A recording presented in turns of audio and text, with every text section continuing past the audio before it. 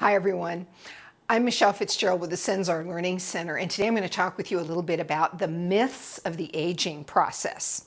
Earlier this year I turned 60, and in just the short time that I've been 60 years old, it has amazed me some of the changes that have happened with my mental process, my thinking process, some of the experiences that have come about in my life that directly relate to what I consider to be bogus programming, conscious or subconscious mental programming about the aging process. But finding myself, as much as I know about the power of thought and manifestation, finding myself caught up in it, the myths of the aging process, or you could say myths is equivalent to conscious and subconscious beliefs about the aging process. So I'm going to share with you a few stories, brief stories, just to kind of make the point of the video. And then I'm going to give you a few ideas on what you might do if you relate to anything I'm saying and you feel that you might also have fallen victim to the myths of the aging process. So first story is about bladder control. My own bladder. So earlier this year, I started observing, and it seemed to happen almost overnight, I started observing that I was having what doctors would call, not that I went to see a doctor about it because I didn't, but what doctors would call overactive bladder. And I just, all of a sudden, my gosh, I had to go to the bathroom like 10, 12 times a day versus maybe 5, times a day or something like that, or 4 times a day. So it was very unusual, very noticeable. I also seemed to almost overnight lose my ability to hold hold it for very long. If I had to go to the bathroom, boy, I better get to the bathroom or I was going to end up with slightly wet pants. And that was kind of shocking to me, but it came upon me. Now, I didn't do anything about it immediately. I just made sure, I got to the bathroom quicker. I just was aware of it, but kind of put it on the back burner because it was basically just irritating, but nothing more than that. And I have a lot of other things to focus on besides solving the bladder problem.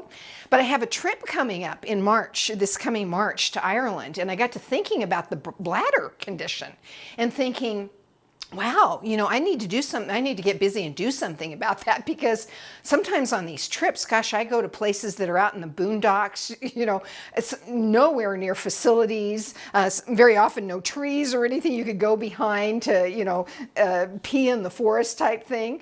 And you can be in a customs line in an airport for an hour, hour and a half. And I got to thinking, wow, I got to fix this bladder thing because I won't be able to hold it. I got to figure out what's going on. Well, here's what was going on. I found that I had a number of inherited belief codes from various ancestors that were actually leading to the manifest outcome of the bladder condition. I also think that I was being very subtly programmed by just the advertisements in different magazines that I had been reading, like Family Circle, Better Homes and Gardens. I really like that magazine. After I found the belief codes, I started being more consciously aware of bladder advertisements, bladder problem advertisements in the magazines I'm reading. And I realized that that must have been programming me at some level as well. The long and the short of it is that after I cleared the belief codes, the bladder condition just simply disappeared. And I mean disappeared overnight. So no medication, no nothing. The bladder condition disappeared overnight. So it definitely was a byproduct of belief codes. And we could say that belief codes are equivalent to belief codes of the aging process, or belief codes of, or myths of the aging process. I didn't connect the dots until after the fact that my condition, the bladder condition, actually developed almost immediately after I turned 60. And I never connected it logically to that at that time. But it was what I call rules of turning 60. All of us have lots of subconscious programming that we've inherited, that we've bought into in society about what happens when you turn 50, what happens physically to you when you turn 60, 70, 80, 90, etc. The type of diseases that develop, the way you're going to look, look, the way you're going to act, all this type of thing. So I've been aware of belief codes about when you cross these aging lines. I just had not connected the dots for myself when the whole bladder thing happened. So that was number one, and the way I handled the situation. Number two thing that really was amusing and really brought up to my attention the massive social buy-in to our perceptions of how things should be as you start aging, how it's going to pan out for you as you start aging. I had a situation several months ago now where I blew the head gasket on my car. Now that's a pretty big situation with a car, and I was advised everything from a head gasket replacement on the car to a couple of mechanics really suggest I put in a new engine or just go get a new car. Bottom line, it was a big decision. I was needing to make a big decision about the car, and I had so much going on. I just really didn't want to think about it. I just wanted to get through a lot of these other big projects I had, put the car on the back burner. I'd rent a car. I'd start using the local bus. I had not done that, but I thought, we've got a local bus in this town. I'll just start taking the bus, and then when I have time and when it's easier for me to deal with this, I'll deal with the car situation. So I go online and I start reading about this local bus thing. They happen to have a bus stop just a block away from where I live, and I was happy to see that if you're 60 or older, you only have to pay 50 cents to get on the bus, to take a ride through the town on the bus. And I thought, well, this is fantastic. Boy, this is a great benefit. And so the first day I got on the bus and I put my 50 cents in, and the driver very doubtingly looked at me and said, now you're a senior? Was that the senior fee? That's the senior cost. And I said, yes, I am a senior. And he says, okay. And I go back to the back of the bus. Well, 4 different drivers I had this experience with, where I got on the bus, put in the 50 cents, and they indirectly in their subtle way, by looking at me and saying, now that's 50 cents is the senior fee, just reiterating that was the senior fee. Was I a senior? And 4 different drivers did that. One of the 4 went so far as, he was so doubtful that I was a senior, because I didn't look the part, that he asked to see my ID. And it really brought to I thought that was great. I laughed. I told him he had made my day. This is just wonderful. But it really brought to my attention, oh my gosh, the stereotypical thinking that people have done a buy-in to as to what you should look like if you're 60, 70, 80, or whatever. That there's a patterning that people think that you should follow, or that you will look like, and they're doubtful if you don't. So that was very amusing, these kind of rules of how you should look, rules of how you should act, et cetera, et cetera, et cetera. The third thing that happened, and there were many other things that happened too, but one of the ones that happened recently that really, wow, I had already started putting together a seminar on this, a big workshop on this topic, online program. And I'm doing that, by the way, mid-December. For anyone who's interested, check it out on my website. But I was already in the works, and I had, I kind of got the pat on the back that, boy, are you heading in the right direction with putting together a training program, a more comprehensive training program on this. I had a client who scheduled a coaching session with me not too long ago. And she wanted me to help her with overcoming roadblocks to achieving a particular goal that she had for this coming year, 2017. And her goal was that she wanted to move into a 55-plus community, residential community. And she was feeling resistance, great resistance to that. So I didn't know this person. This was a new client. And when I got her on the phone for the coaching session, she said, I asked her right out the gate, I said, now, what is prompting you to want to move into a 55? Well, first of all, how old are you? And she told me she was 74. And I said, and what's prompting you to think that you want to move into a 55-plus community in the first place? What's causing that motivation? And she says, well, this was the first thing out of her mouth. Well, I don't know how much longer I'm going to be able to take care of myself. And I said, well, so let's see, you're 74. So do you have any particular ailments or conditions that are currently preventing you or making it more difficult for you to take care of yourself? Mobility issues, problems like that? Anything like that? And she said, no. She said, I'm perfectly healthy. I'm mobile, blah, blah, blah. I said, I said, okay, well, let's then first examine what might be causing you to think that you have to move into a 55 plus community at this time. The point of the whole thing was that she was really running, she had done a buy-in, conscious or subconscious buy-in to the idea that because she was over a certain age, that it was time for her to well, first of all, she was running thoughts and low-grade fears of I'm not going to be able to take care of myself, even though she had absolutely no evidence of that in the moment about that should warrant that kind of prioritizing of that particular thing, that particular objective. It's not that it's a bad idea to be thinking about it, but the whole idea that she was worried already about how much longer she'd be able to take care of herself without any evidence to support that that was going to be next year or the year after. It could be, for goodness sakes, 15 years. Most people today, one of the things that happened to me, I was really surprised about this when I turned 60. And I didn't catch it right away. I didn't observe what was happening to me immediately, but I caught the thinking soon enough. And that was my mind, as soon as I turned 60, started spending a lot more moments focused on issues that had to do with aging. Even though I only was like from 59, in 364 days, I was only 1 day older. There was nothing that changed in my life. Nothing that changed after I turned 60 logically that should cause my mind to immediately start thinking a lot more about getting older. I started thinking about my future. I checked on my Social Security. I started just, how much money do I have in the bank or don't have in the bank or blah, blah, blah, blah, blah. And really a lot of hours thinking about that.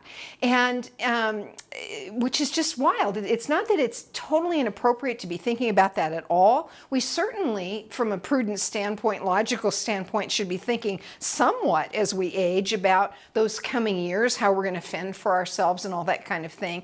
But it was amazing to me how many minutes how many hours of the week I was actually thinking about that.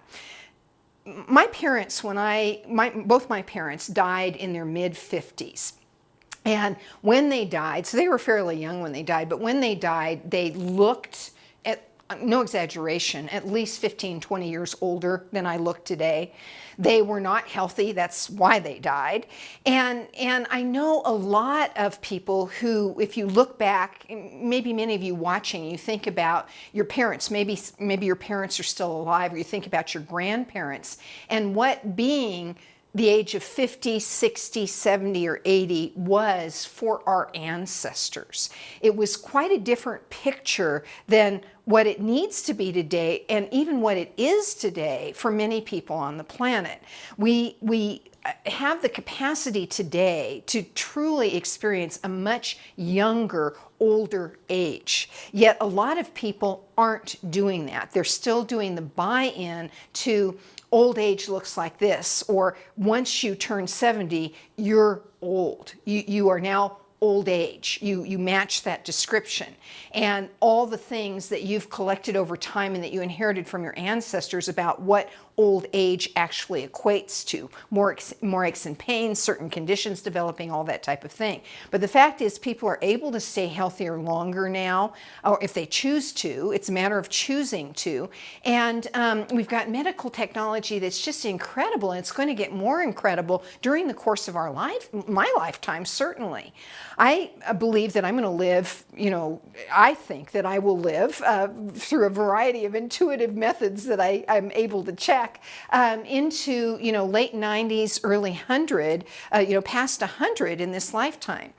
Even if I was only going to live until I was, 80 years old or something like that, from 60 to 80, that's 20 years. That's a huge amount of time. From 60 to 100, oh my gosh, that's 40 years.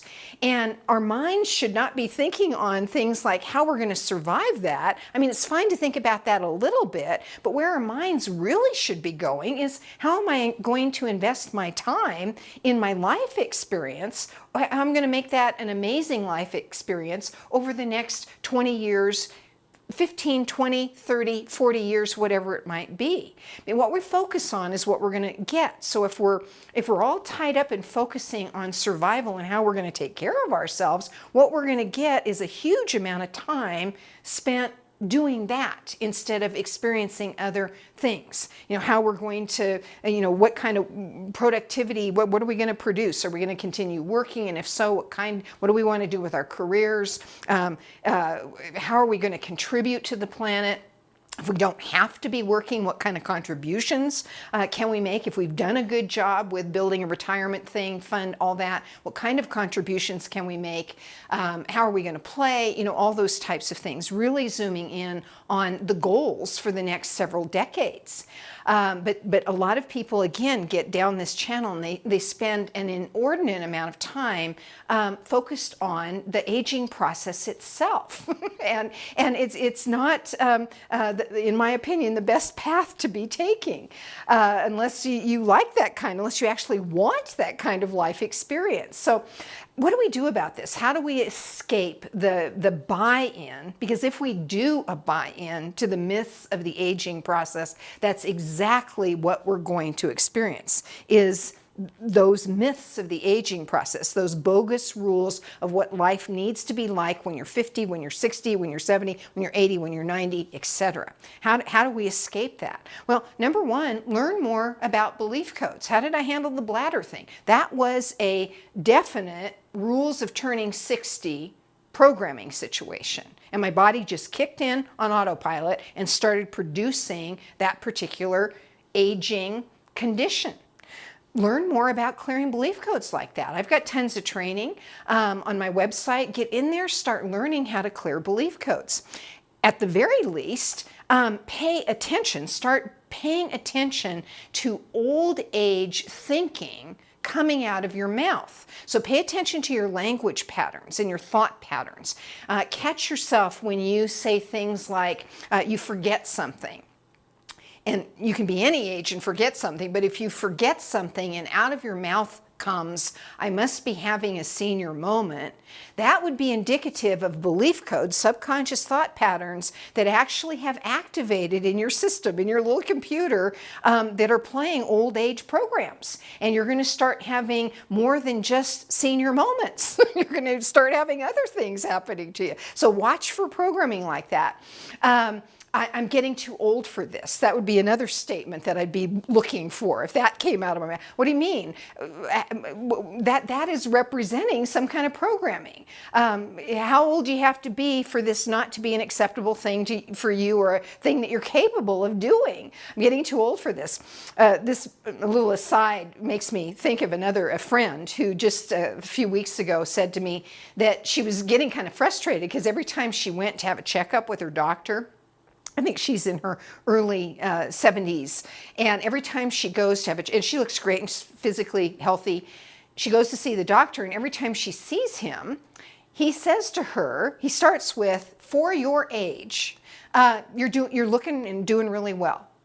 Well, underneath that kind of thinking is there's an idea in his mind of how people should look when they're that age, and she's not matching. For your age, you're looking really good. That would be an example of that myth buy-in about how people on average should look at that age, and you don't want to be doing that kind of a buy-in. So that would be an example of that. Third thing is pay attention. So you're going to learn more about clearing belief codes. You're going to start listening to your language pattern for old age speech that comes, things that reference aging issues. You start blaming, I have aches and pains in the morning. You start blaming, I guess I'm just getting older. You have that actual thought that this is part of getting older. Wow, not necessarily. That kind of pain like that, gosh, it could be anything from a bad mattress to electromagnetic field responses to geopathic energies in your house. There could be so many things that can cause that achy, painy stuff. Yet your mind goes immediately to, I guess it's just getting older. That means you've got old age programming, if that's where your mind goes out the gate instead of to some of the other options for what could cause those types of aches and pains. So pay attention to the old age thinking. Number 3 is pay attention to how you're feeling and thinking when you look in the mirror. Are you feeling that you look old, if you're having those thoughts, if you're feeling older just by looking at what you see in the mirror, do something about it. Do something about it. Put on a little, makeup, or do some exercise to lose a little weight and, get your posture back in shape, that type of thing. Do something about it. It's very easy to adjust appearance. A lot of appearance is attitude. Maybe you need to, again, do more belief code work and get an attitude adjustment. Maybe you're hanging out with people that, maybe you need to change your associations. Maybe you're hanging out with people that just think and act old, and you're just starting to resonate to the way, the mirror effect, we become what we surround ourselves with. Maybe you need to make some adjustments in that regard. This reminds me of one other little story I want to tell you before I sum it up. And it has to do with this looking in the mirror and what do you see and how does it make you feel. I have a student who attended a recent event that I did in Sedona called the Sedona Gathering. This gal, I think she's 68, 69, and she had a year prior gone with me and some of my other students to Ireland, and we stayed together for a week in a wonderful self-catering situation. So it was a very intimate situation. We were together round the clock, having meals together, going hiking together, all this type of thing. And getting up in the morning, seeing each other in our pajamas, all this type of thing. So this gal walks in for the Sedona Gathering, and several of the students who were at the gathering and myself, we didn't recognize her when she walked in, even though we had spent a week with her in Ireland in that kind of intimate setting. We didn't recognize her. She typically had worn her hair back in a ponytail, never wore any makeup. If I'm not mistaken, had glasses. I'm pretty sure she wears glasses, but mainly it was the ponytail and no makeup whatsoever. So here this woman walks in, this knockout walks in, beautiful silverish hair, silver blondie hair in kind of ringlets, and a little bit of makeup. Honestly, it dropped 20 years off this gal to the point that those of us who had spent all that time with her couldn't even recognize her.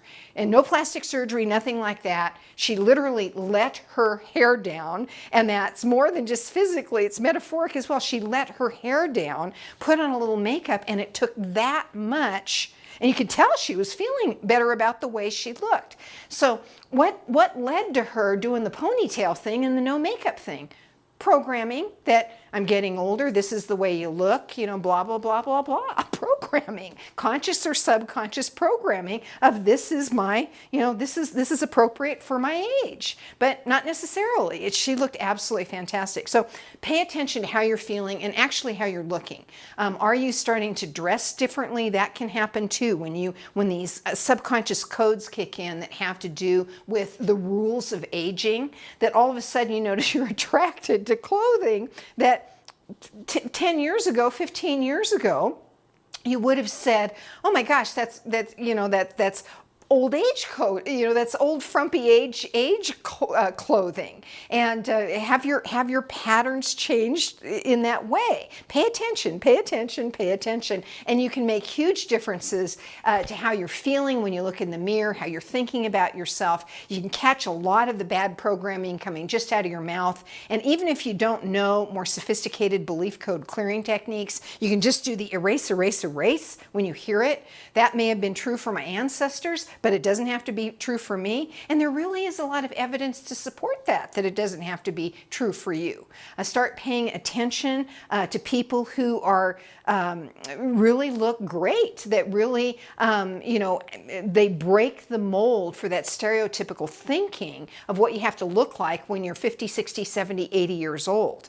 Look for people who are breaking the molds. Pay attention to those people. Again, we tend to become what we surround ourselves with. So start surrounding yourself with the right type of thinking, the right type of people, et cetera, et cetera, et cetera. So hope you learned a little bit today. I do have a more comprehensive training program coming up on this subject called Experience a Younger You in mid-December. So you can check my website for that. And I will be producing some other programs on this as well over the coming year or two. So be watching for those as well. Bye for now, and wishing you the experience of a younger you.